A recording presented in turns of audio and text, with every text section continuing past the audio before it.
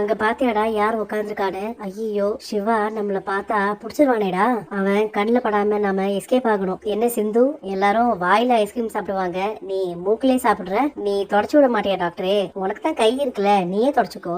இதே உனக்கு பட்டிருந்தா நான் தொடச்சு விட்டுருப்பேன். ஆனா எனக்கு பட்டா பாத்தியா, நீ தொடச்சு விடவே மாட்டேங்கிற. டாக்டரே நான் தானே பார்ட்டி கொடுப்பேன்னு சொன்னேன், நானே இந்த பில்ல குடுக்கறேன். இது என் பார்ட்டி. இவங்க 2 பேரும் ஏஜென்ட்ஸ் ஆச்சே, இவங்க கிட்ட தானே மெடிக்கல் எக்யூப்மெண்ட்ஸ் எல்லாம் வாங்கணும். இவனுக்கு தானே என்ன ஏமாத்துனது. எங்கடா ஓடுற? உன்னை நம்பி தானே எல்லா எக்யூப்மெண்ட்ஸும் வாங்கினேன். இப்படி ஏமாத்திட்டியடா என்ன? ஸ்னேகா ஹாஸ்பிட்டல்ல வாங்கின எல்லா எக்யூப்மெண்ட்ஸும் டூப்ளிகேட்டா மாத்தி கொடுத்தது இவனுங்க தான். இவங்களை புடிச்சிட்டா எல்லா பிரச்சனையில இருந்தும் நான் தப்பிச்சிருவேன். சீக்கிரம் போடா, அவன் பின்னாடியே வரான் பாரு. சிந்து, அந்த கார் நம்பரை நோட் பண்ணு. எந்த பக்கம் போனானுங்கன்னே தெரியலையே. இப்ப என்ன டாக்டர் பண்றது?